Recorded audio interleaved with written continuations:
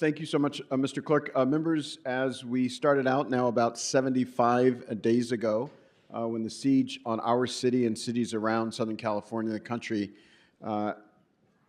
commenced in the name of immigration enforcement, we committed to, in these chambers, every day that we meet, document and put on the record what is happening in our neighborhoods to our constituents and to our neighbors. And so today, we will hear from the leadership of CHIRLA, the Coalition for Humane Immigrant Rights, the Central American Resource Center, Public Council, and the ACLU. And so I'll ask those representatives to join us at the center desk for a short presentation.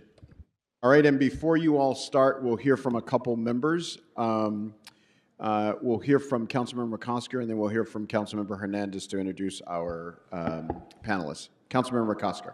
Thank you so much, Mr. President, members. I just want to update on what's happening out in the field in the 1-5. Yesterday morning, we had 3 day laborers taken by alleged immigration enforcement agents in San Pedro. They staged at a they staged at a Target on North Gaffey Street, and they conducted this action in the Home Depot parking lot. We've seen these types of raids at Home Depot locations across the city. To bring it home to my district, the harbor communities have endured so much, and I know I've said it before. First, daily ICE staging operations occur on Terminal Island, where local activists are being taunted and mocked and waved at and sped by. And in one case, 2 weeks ago, one of those activists was arrested. I have been with them at those daily events a couple of times, and I've had cars at high rates of speed come right at me. They're thinking I'm somebody else, I'm sure, and then swerve away, and then I get a gesture that's obscene. We've had a raid in Wilmington where agents saw people eating at a taco stand. They flipped a U-turn and they chased them down and arrested them on PCH. And now a raid in San Pedro at a Home Depot, just 3 guys just looking for work in the parking lot. This pattern of enforcement is creating fear in our neighborhoods where people are simply trying to make money to feed their families and to live in peace and to live lawfully. I've had real concerns about the agents who will continue to come back to this Home Depot or to Target or to any other sites, going back to the same spot to pick up more people. It is just cruel. I'm grateful to a group that you are affiliated with in our community called the Harbor Peace Patrol. They work with Union del Barrio and all the community members who show up.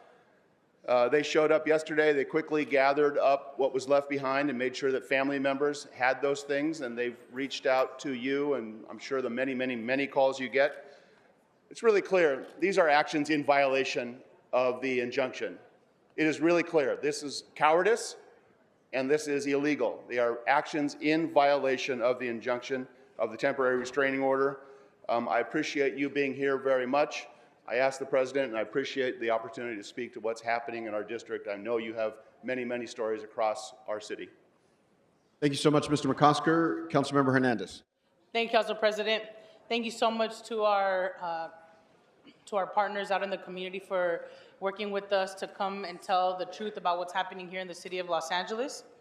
In council chambers today, we have the privilege of hosting the organizations that are leading the fight against the Trump administration's unconstitutional, indiscriminate, and downright inhumane immigration enforcement. Please welcome CHIRLA, CARECEN, and the ACLU of Southern California. Today, they will share with us the reality of what's happening on the ground, how our families are being impacted even under the TRO, and how Los Angeles can stand united in this fight. I'm deeply grateful to have them here with us today, and colleagues, I urge us all to listen closely. I want to be clear, we're not here to talk about the strategy of the litigation. We are here to learn more about what we as a city can do to help our communities. And with that, I'll turn it over to our guests. The incessant immigration enforcement actions throughout Los Angeles County increase the tension, they terrorize communities, and in verified instances result in tense, violent, and dangerous incidents involving federal agents against community members as they are exercising their constitutional rights. These raids have already resulted in 2 deaths, one in Ventura County and one in Monrovia, California. And several injuries have been caused by excessive use of force and I want to repeat this, excessive use of force is happening when these raids are being conducted. The majority of these raids do not include arrest or search warrants. They rely on racial profiling and are targeting open-air work sites like car washes, Home Depot stores, street vending, gardening, construction sites, etc. These federal agents enforcing immigration laws continue to shield their identity and refuse to provide basic information as to who they are. Some identify as Border Patrol, others as ICE, others as DEA, others as FBI, ATF, and U.S. Marshals. Yet there are many more that have only police on their body gear. Still, others have nothing to identify which agency they belong to. When asked to identify themselves, they refuse to tell the community members who they are and what immigration laws they're enforcing. Many drive up to our neighborhoods in unmarked cars with tinted windows. They are extremely aggressive with community members, ask for their badge numbers or other identifying information. This is what led Chirla, alongside with the ACLU, Public Counsel, immigrant offenders, the Los Angeles Workers Center, and DeLon, and those directly impacted to file a lawsuit to stop these lawless actions to demand, and also to demand access to detainees. Our lawsuit, Pedro Vasquez Paramo versus Nome, is an important lawsuit to seek to defend our communities. And Pedro Vasquez Paramo is a day laborer who is sitting at a bus stop who is actually picked up without any arrest warrant and treated horribly once detained. The federal court agreed that we provided evidence to warrant a temporary restraining order on July 11th of 2025. This led to a significant decrease in activity. The Cato Institute reported today that there was a 67% decrease in arrests after the temporary restraining order. However, when the Ninth Circuit Court decision on June 30 further affirmed our claims and did not stay the decision that Trump wanted, we immediately saw the same kind of raids continue after the sharp decrease. What we have observed now is that these raids have become even more violent, fast, and furious, and has continued with the same mode of operation as before. We are seeing enforcement across the protected counties. That includes LA, Orange, San Bernardino, Riverside.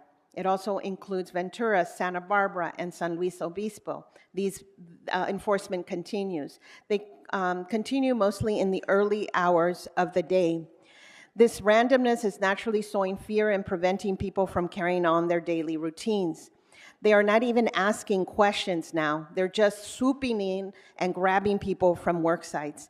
This is regardless of immigration status, as we have people with LPR status that have actually also, or legal permanent resident, that have also been picked up. People fear being profiled, hurt, detained, or worse. Again, we continue to document all these operations and all of these arrests. The back and forth terrorizes the community and attempts to undermine the faith in the courts and their ability to stop the blatant anti-constitutional actions. The Trump administration has asked the Supreme Court to intervene and allow them to continue their actions without restraint. We will get their decision, that is the Supreme Court's decision, any day now. The needs for our community are great. The City of Los Angeles should declare a state of emergency and take action to protect families and businesses impacted by these raids. This is a Trump-made disaster and should be treated like the disaster that it is. We need economic support for our families and businesses impacted. We need to increase investment in the Represent LA program to support the massive scale of newly detained individuals. We need to keep our community housed. This includes eviction protection and passing the Los Angeles Rent Stabilization Ordinance so that families trying to survive can keep paying their house costs. For the past 2.5 months, Los Angeles has been under attack. Over the last 2 months, our city-funded day labor center in the Westlake area, CD1, in front of the Home Depot, has been raided by ICE 3 times. Each time, we have seen an escalation of violence and desperation. The last raid, which came after the TRO, was the so-called Trojan horse operation, where more than 20 ICE agents jumped out of a back of a rented moving truck, fully armed with weapons of war, masks, and tactical gear. They remained defiant. These agents had no warrants and no right to chase our day laborers and street vendors like animals. Our community ran for their lives. We had men and women running, falling in the streets and getting hurt. We had children screaming for their mothers. Each time, they have taken approximately 20 people. Many continue to be detained under inhumane conditions. Some have already been deported without due process, and a number of them still haven't been found. They are disappeared. We're living a nightmare where Angelenos are racially profiled, illegally taken by federal authorities, and inhumanely treated in detention. Immigrants are afraid to go to work, and day laborers are not going to work, who are going to work are risking it all. However, I often hear that the main concern for many is why police is limited in how they collaborate with ICE. The main concern should be how local police can protect the rights of Angelenos, working people, mothers, fathers, and our neighbors. In the front lines, we have seen the LAPD shooting tear gas, collaborate with ICE to create a perimeter around raids for the protection of agents and not the community. Just last week, we saw the LAPD face peaceful protesters in riot gear lined up deep, not to protect the people. I'm sorry, if I can ask you to pause for 1 second. The gentleman in the lime-colored lounge pants and green hat, you have been warned. This is your first and last warning, and the next disruption of this meeting, you will be excused. Thank you. Please carry on. Just last week, we saw the LAPD face peaceful protesters in riot gear lined up deep, but not to protect the people who pay for the police in the city. It was disappointing and wrong. There's still room for improvement, additional de-escalation training, or at least, where is the training that was promised for de-escalation after the George Floyd incident? Where is that de-escalation training? We also need to reprioritize on how to spend city resources. We want a city and a police department that fully implements the sanctuary ordinance, a department that believes protecting immigrant families and their rights is their responsibility, that it's their primary job. Protecting the rights of Angelenos should be the #1 priority. Because we have seen from the Trump administration, the first, they detain people without judicial warrants and racial profile our community. Second, they chase human beings like animals. They detain them in inhumane conditions. They are denied due process and they violate court orders and decisions with complete disregard to the law. So what do we need? We need continued bold leadership.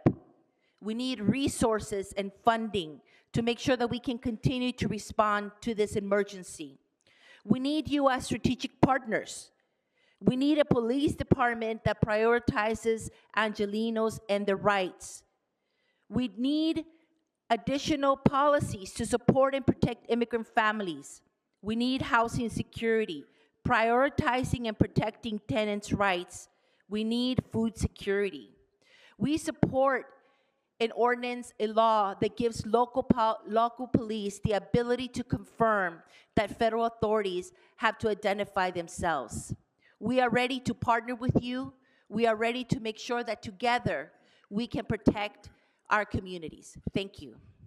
To end, as Angelica and Marta have discussed, we've seen the Trump regime ramping up the race back up, especially since the Ninth Circuit decision in the beginning of August.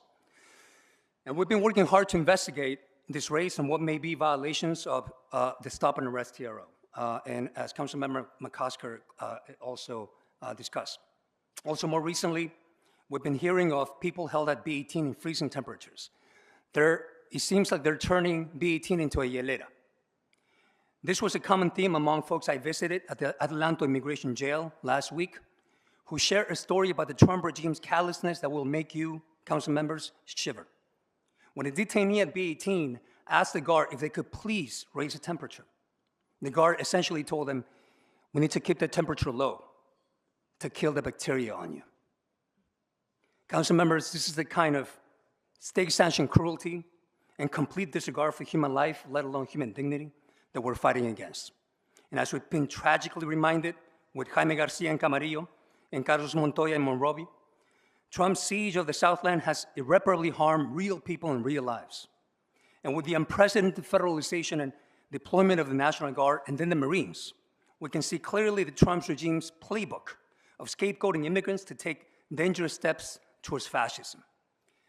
But this is not and shall not be where the story ends. With our summer of resistance, we've served as a first line of defense against fascism, and we shall overcome, but it will take a village, a movement to do so, because a lawsuit alone won't do it. We need all of us doing our part, everything we can.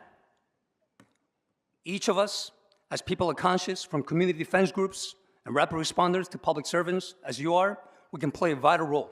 From knowing and educating folks of our rights, saying something if we see something, meaning exercising our First Amendment rights, which the city should and must protect and uphold, and if we can, documenting a raid or arrest, identifying community members being abducted, and reporting it to our Vasquez Perdomo legal team. And as a city of LA, we should be an even brighter national beacon for immigrants' rights.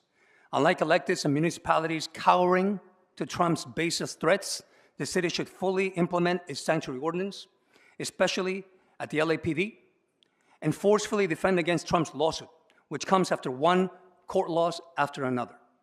We must ensure that no city resources in any way advance immigration enforcement, and this should include LAPD responses to so-called mutual aid requests and joint task forces.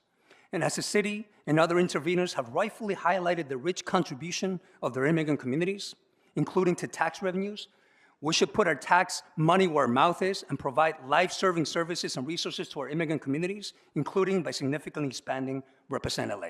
I want you to help us, for members of the public, that should they be a witness to what's occurring, what is the safest and most effective means of documenting that will aid you in further examples that can provide to the courts for the violations of the TROs and any other documentation that we need?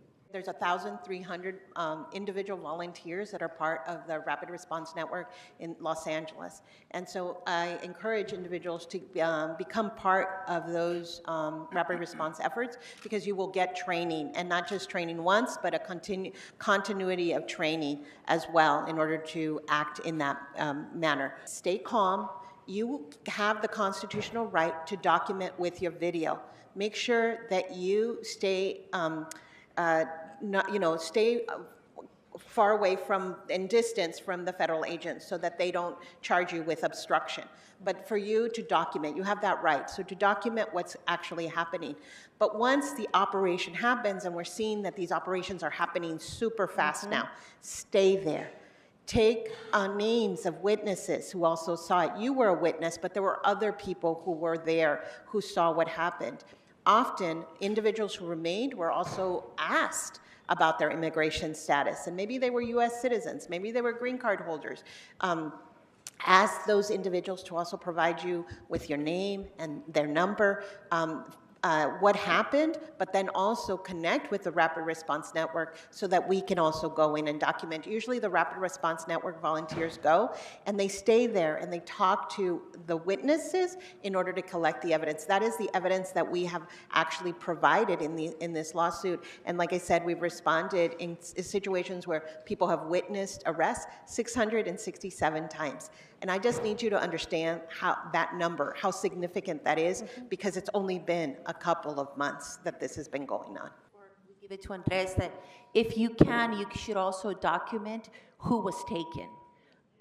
Because oftentimes there is no way to locate the people that are detained unless we have names of, and we know who was taken into detention. God bless everybody who's participated, but we want to thoughtfully inform members of the public who perhaps are not being trained, because not everyone has the bandwidth and the capacity to engage in that formal level. We want to ensure that if they are a witness to it, if they are at the Lowe's in Pacoima or a Home Depot in Van Nuys, and they are a witness to it, that we give some general guidance on how to safely document in a manner that doesn't further jeopardize them, but in fact does aid you with your efforts.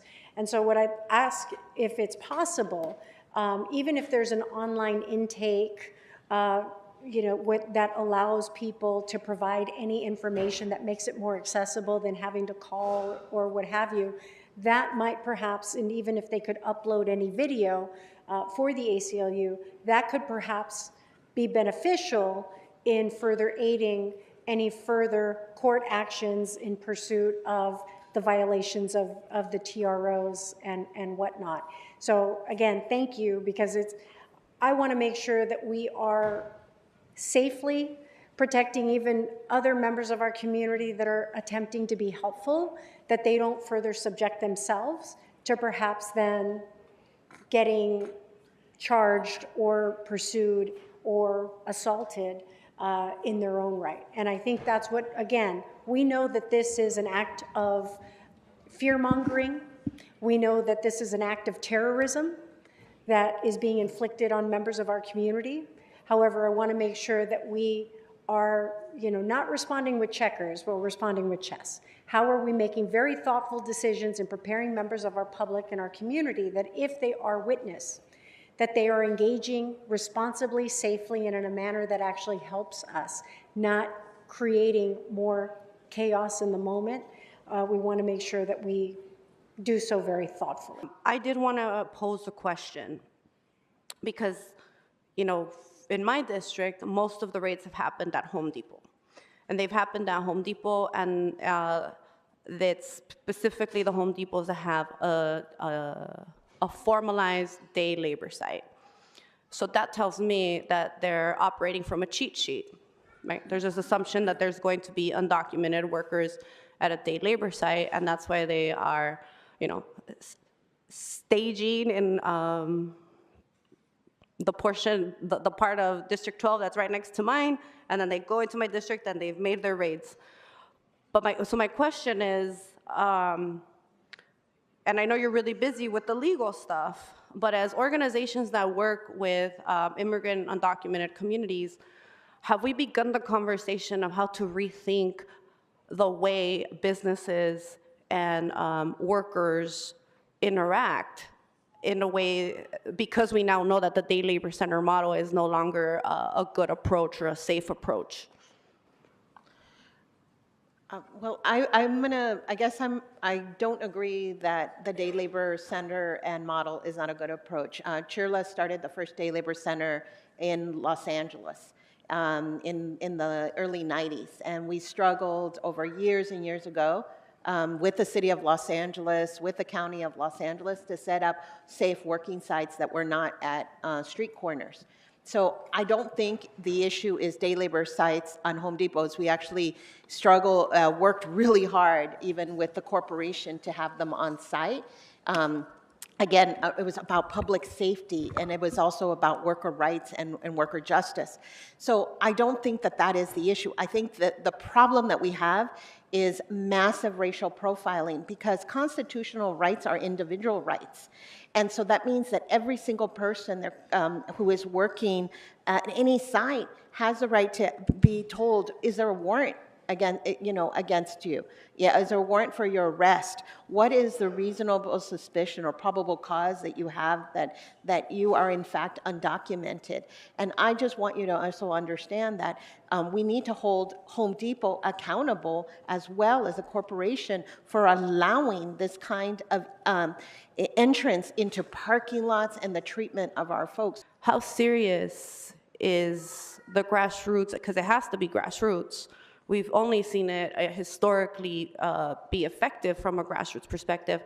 How serious is the movement of a grassroots approach to start certain boycotts of individuals that are benefiting from this? Well, we should be boycotting Home Depot, that's for sure, because I wouldn't be shocked to find out if Home Depot is not colluding with the federal government. I wouldn't be shocked if Home Depot was colluding with the federal government. And the city should use its leverage and power to get to the bottom of it and ensure that Home Depot is not colluding with the federal government, that it's doing everything possible not only to uphold, in coordination and collaboration with all the stakeholders involved, to uphold and protect everyone's rights, including the day laborers, but also their customers. We know of many customers who were arrested by the federal government, by these mass goons at Home Depot sites and work sites. It's not just day laborers. What are they doing about that? As someone whose parents were undocumented when this came into this country, I can't imagine what's happening right now. When my parents were out there street vending, I never thought that one day they wouldn't come home to my warm embrace and to have a family meal. And I can't imagine the trauma that is happening right now in our communities. Families being split apart, kids never having to see their parents again, and also the secondary effects of this trauma. It's truly incalculable, and we won't know truly the depth of this terror until many, many, many years from now. But being in solidarity with the immigrant community is not just about meeting this moment. We know that immigrants face wage theft at higher degrees than many other folks. We know that they live in housing that is many times uninhabitable, having families living in one-bedroom apartments. We know that immigrants don't have access to good jobs or good labor benefits. And we know that many of them live in rent-controlled units that the rents go up beyond what they make every single year. So I get your call, and I agree with the call that you're giving us here today. But I also want to sort of bring to this council that not only are we fighting for immigrants, but we're fighting for so many different communities. We see our LGBTQ allies being attacked. We see women's rights being taken away. And I think, Andres, we said it well. We are fighting against a white, nationalist, fascist government that is hell-bent on ethnic cleansing of this government. And I see right through it, and if you don't believe me, go read Hate Monger, go read all the testimony and the research that's been given about this administration. And so I think in this moment, what we're being asked to is to have solidarity in the city unlike we've never seen before. No more living in silos, no more movements fighting for their own piece of the pie. We're all living in the same moment, and I think that's what you're asking us to do. And again, I appreciate you coming here, and certainly you can count on this body to have solidarity in this moment and beyond until we get past this very difficult moment. So I just want to uplift the people that you said you've been talking to that have been incarcerated in these immigration prisons, in these dungeons, in these ice chests, in these cages. It's not just about putting a person in a cage. It's about losing your autonomy over not only where you can be, but your entire body. The way that they search people's bodies, the way that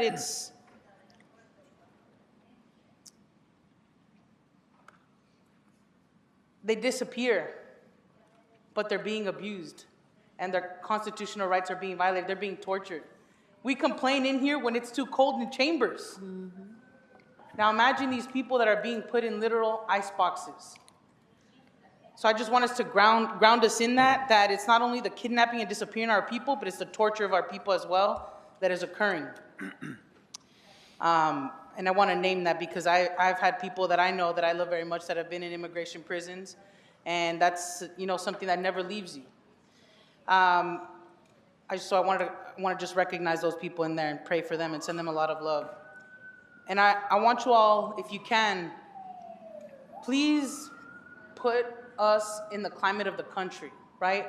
This is happening here in Los Angeles, and we're trying to show everybody who's watching what is happening in Los Angeles, telling the truth about what's happening in Los Angeles. But can you place us in the country? What is occurring nationwide? Because I don't think people understand how serious this is.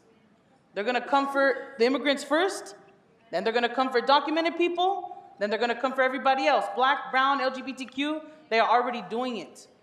But the seriousness, I think, of just our sovereignty as a city, as a state, I think there's just so much on the line that I don't think people have a clue about. Can you just kind of ground us in that, where we are in the political landscape of it all? I'll start. First, on October 1st, there will be $170 billion in order to expand detention, incarceration of our people, to have more federal agents with more money, with bonuses, recruiting left and right in order to hunt us down. I come to you after, and I know Marta and I have the privilege, the honor to talk to the families and to see everything that's happening to them. On Saturday morning, I met with a family of Mr. Carlos Montoya. I spoke with his daughter from Guatemala and his niece here in Los Angeles. And this is a family who lost a person who was not just important to them, their loved one, but was important to an entire community because he was a good man who worked in construction, worked at everything in order not just to provide for his family, but to send to the community, to the children who needed shoes, the kids who needed support. I need you to understand who is being attacked. And when I talked to Mariela said, what I want justice, but I want leaders that are going to step into their power. They're going to step into their power so nobody else has to lose their life like my uncle did. And for me, it's about, this is happening all over the country because there are resources that are available. Billions of dollars that are available. This federal government has put more money into the enforcement of immigration laws than money for the entire law enforcement, municipal, sheriffs, all the other federal enforcement agencies. So if they have if they can do what they're doing with what they have now, imagine what's going to happen to our community. That is why I'm saying to you, declare a state of emergency. Yesterday, I had a conversation with my colleagues in Chicago. They are asking, how did you create your rapid response networks? How are you documenting? What is the information that we need? Because they are being threatened. You see what's happening in Washington, D.C., in New York City, but also in our southern states and in our Midwestern states where there isn't city council members like the ones that, they don't have bodies like this. In fact, they're working directly with the federal administration to deport our people. But also, it's profiteering. There's a lot of people who are making a lot of money. So Core Civic and GEO are going to get billions of dollars in contracts to detain our people, and then to send them all across the country. In California City is about to open another detention center. We got to stop this. This is horrific, and I want you to know that each one of you right now is living in a moment where you can make a difference. You really can for these families. And you can stand up boldly, put the resources where our community needs so they can survive. And I want to speak also about our small businesses. These businesses are hurting. You supported them during the fires. You supported them during the pandemic. You need to think about the businesses in the same way that you did then. And lastly, I live in Northwest Pasadena. I have a situation where we're barely getting out of the fires. We have had raids there. I had people who lost their home and who have family detained. How can that be so? This is unacceptable. So we need to make sure that we act boldly and we think about this moment. And I do want to, back to the words of Councilwoman Padilla, we have to think outside of the box, but we also have to be bolder and braver during this time. It's fearful. People have a lot of fear. We need to step into our courage. We need to step into our courage right now because courage exists when there is fear. I want to talk about the next steps. So I hear you in next steps or ask that you all have is 1, declare a state of emergency for what's occurring. 2, support our small businesses that are hurting right now. 3, supporting our families, making sure that they don't fall into the eviction to homelessness pipeline, and that's through the rent stabilization ordinance, through other means that are going to be in front of us, that are in front of us to approve and to vote, and meeting people where they're at with food and other resources. So I hear you, and I hope my colleagues hear you, because you're right, it is a moment to be bold. We have the bully pulpit. We can say the things. We have, a budget that we're working through, but sometimes we need to reassess our investments to meet the moment. Before the budget, we weren't in these federal immigration enforcement raids. We haven't seen our small business impacted at the level that they are before the budget. So I would hope that we can reassess, how we move, and I hear you on next steps, and I also hear you, Andres, about, companies and corporations who are, potentially working and helping with federal immigration enforcement. And I want these companies to know that we're watching. We're watching their investments in private prison industries. We're watching the collaboration and calls that they're making. And we're also watching them not do nothing when Penske trucks are being opened up in their parking lots and people are getting kidnapped. So yes. I just want to let you know that I heard you, and it takes 8 to make something happen on this body. So I hope 7 other people also heard you, so we could get things done. But I'm grateful for you all, for you showing your bravery, because I know that even coming out here to talk, puts people in different situations, and when we talk about security and all the things. So I'm just grateful for your bravery and for showing us what it looks like to not just do the work during the crisis, but I think our folks are doing as good as they are because of the decades of work that you all have done to build the strength, capacity, and connections in this community. So thank you. I am eternally grateful to you all. May I make one last comment? Yes, sir. Councilman? I heard of people having to embrace and huddle because of how cold it is at B18 for that body heat. And an 85-year-old shivering on the concrete floor trying to sleep. They're making it so hard so that people can sign the rights away and sign voluntary departure. I spoke to somebody who had it, but he still provided his story and his declaration, even though it wouldn't help him at all. That's the kind of solidarity we need right now, that even if it's not in our direct self-interest, he said it, I'm doing this for the people, so that nobody else can go through this again. I just want to ground us and remind us of that we need the kind of solidarity that we've never seen before, as Hugo mentioned, and we implore you to do everything you can as LA City Council. Thank you. And Council President, thank you so much, Andres. And Council President, I do want to uplift your leadership as well, and then that of the mayor.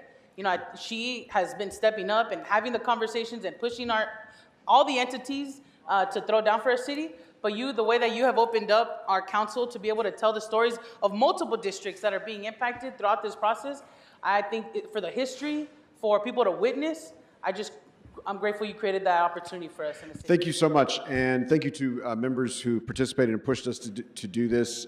This was the idea of our Council President Pro Tem, Bob Blumenfield, to do this every morning. So I want to make sure we acknowledge him, and we will continue. Just everybody, we'll be here every morning until, as we say at the park, it's not over until we win. So we'll be here every morning until we return peace to our streets and justice to our people. Thank you all so much.